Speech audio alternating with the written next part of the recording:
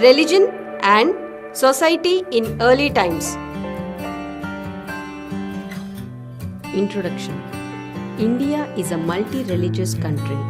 People worship gods and goddesses in many ways. Some people offer flowers to their sacred idols, some perform yajnas, some chant holy hymns silently, and some do not worship any idols.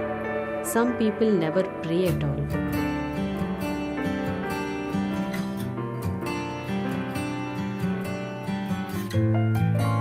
Some religious practice and beliefs in early people.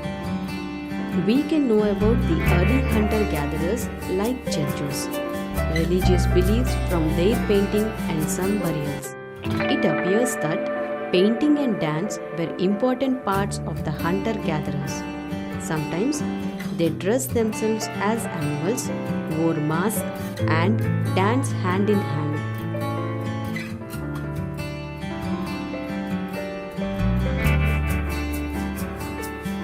Hunter-gatherers believed that the forests and wild animals were scared and had to be worshipped. Animals should be killed except in need. Many early hunters buried the dead along with some objects of use. They believed that life continues even after death and hence made these arrangements for the afterlife of the dead persons.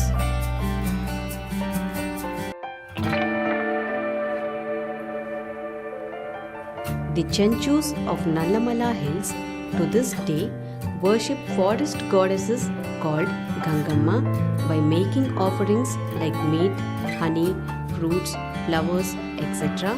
to her and by dancing.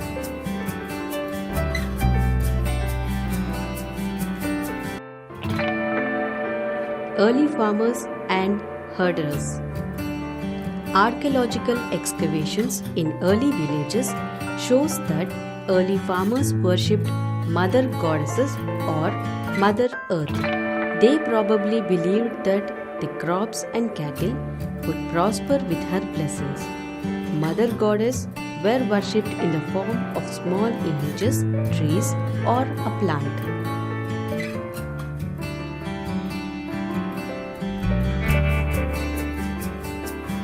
The early animal herders of the Deccan had left behind the ash mounds, just as people still do on the Holi and Diwali. On special occasions, festivals are organized in which animals like buffalo, ram, cock are sacrificed and cooked rice offerings are made by the entire community. They usually pray for good harvest, freedom from diseases, welfare of children, etc.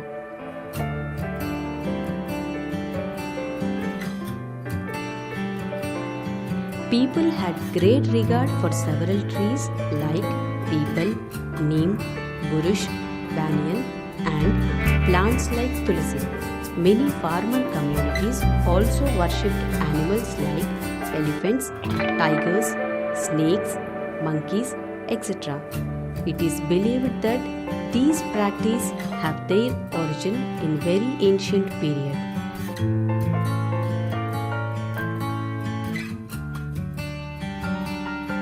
Several cities emerged in the northwest part of the subcontinent in the plain in the Indus River some 4,600 years ago. These cities lasted for nearly 900 years and then declined. This is called Indus Valley Civilization. These cities were inhabited by many kind of craftspersons like gold and silver jewelers, weavers, coppersmiths, masons, potters, carpenters, etc. Besides traders, administrators and rulers.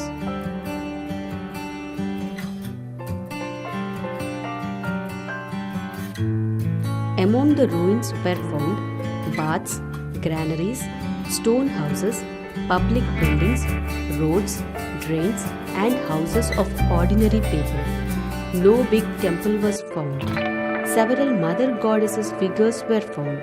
Trees, including peepal and neem, were worshipped and also some animals. Pictures of male god were also found.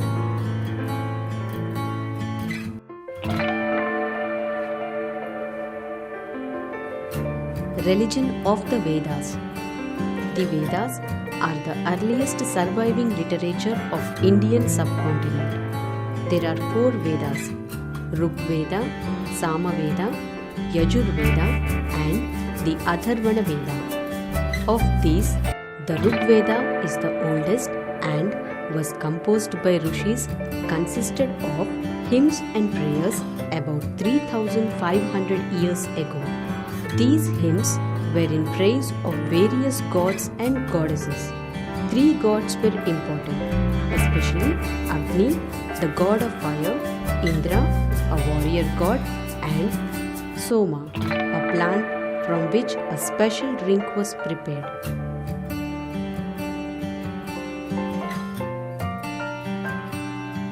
Priests taught students to recite and memorize each syllable, word and sentence, bit by bit with great care. The hymns were recited mainly during the performance of yajnas or sacrifices, during which the offerings were made to the fire. Many prayers are for cattle, for horses and for children.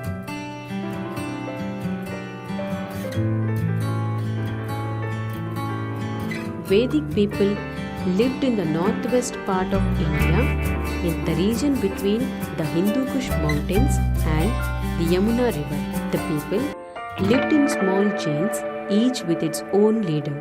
The tribes had some priests called Brahmins who performed the sacrifices and recite the hymns. They were given gifts by the leaders and the ordinary people.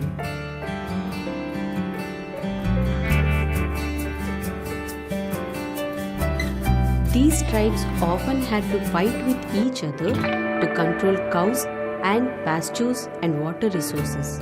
People reared cows and horses. Horses were used in the battle, which were fought to capture cattle.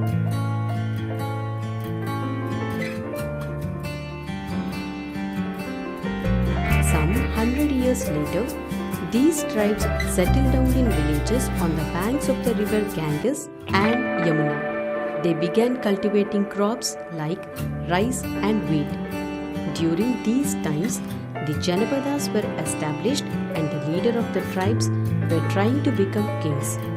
The hymns compiled in the Yajur Veda and the Atharvana Veda, fire sacrifices caused a lot of wealth and animals. We see the kings praying for power over other members of the tribes, for better crop and victory in wars.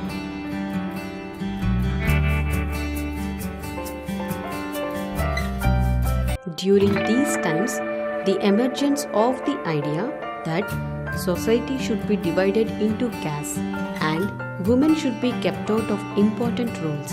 The books mention 4 castes.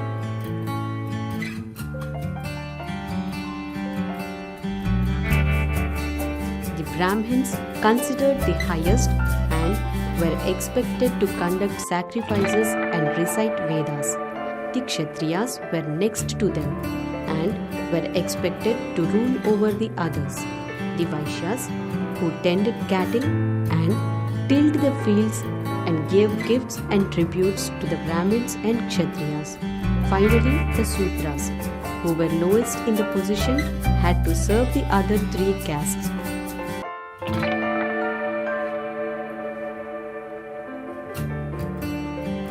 Worshipping dead ancestors. The megaliths of the Deccan. The practice of erecting megaliths began about 3000 years ago and was prevalent throughout the Deccan, South India, in the northeast and Kashmir.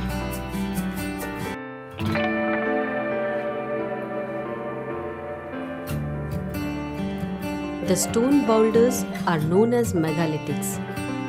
These were carefully arranged by people and were used to mark burial sites. Archaeologists find a circle of stone boulders or a single large stone standing on the ground. These are the indicators that there are burials beneath.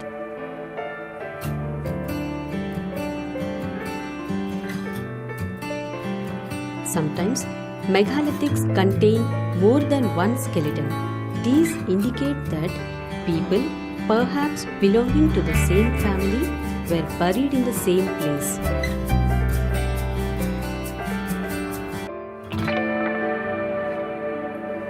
These people considered to worship the dead ancestors of the tribe by building such megalithic memorials or burials.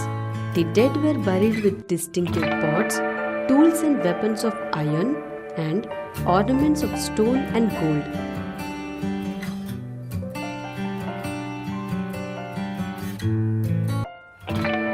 Janapadas and cities. In Janapadas, Mahajanapadas, and in the cities of the Ganges Valley, people of different backgrounds interact with each other and settle together. They learnt each other's religious practice and ideas and adopt them. Thus, a mixed religious culture developed in this period.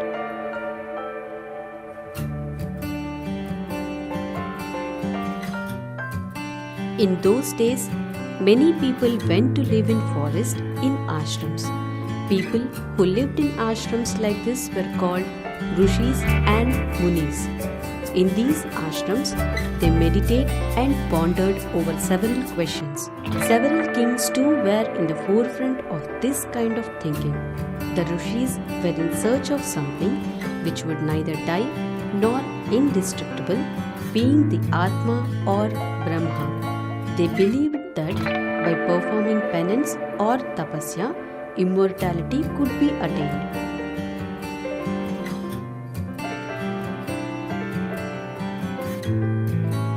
Parivrajaka, Vardhamana Mahavira. Among these Parivrajaka's, Vardhamana Mahavira, Gautama Buddha became very famous. Vardhamana Mahavira was born in Ganasangha.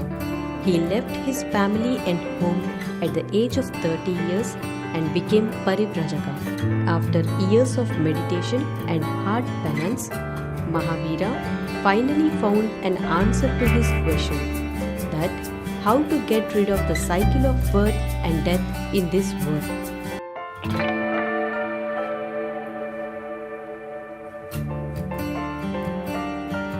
Mahavira taught the people that as far as possible, we should avoid hurting any living thing. In order to become free from our burdens of previous sins, we must put all bodies through a lot of hardship and perform penance and become liberated.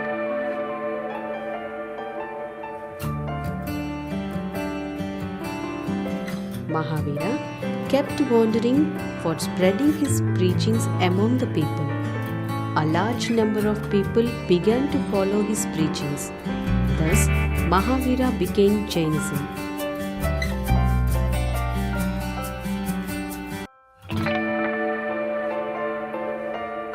Gautama Buddha. Gautama Buddha was born in a Ganasabha. He founded Buddhism, the great middle path in the soul of Buddhism. He found that people everywhere were miserable and in conflict with each other. According to him, sorrow is caused by excessive carving and desire. In order to gain control over our desires, we need to live a balanced and controlled life and should not cause pain to any living being. The teachings of Buddha came to be known as Buddhism.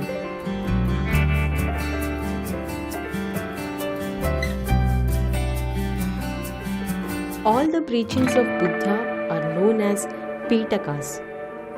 Vinaya, Sutta, Abhidhamma are the three Tripitakas. These are the sacred books of the Buddhism. Buddhism is neither too difficult nor too easy to follow.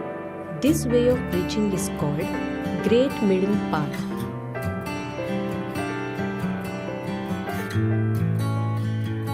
మా video గనుక మీకు నచ్చినట్లయితే like చేయండి, share చేయండి. ఇలాంటి మరిన్ని videos కోసం మా ఛానల్ని సబ్స్క్రైబ్ చేసుకోవడం మాత్రం మర్చిపోకండి. Thank you for watching.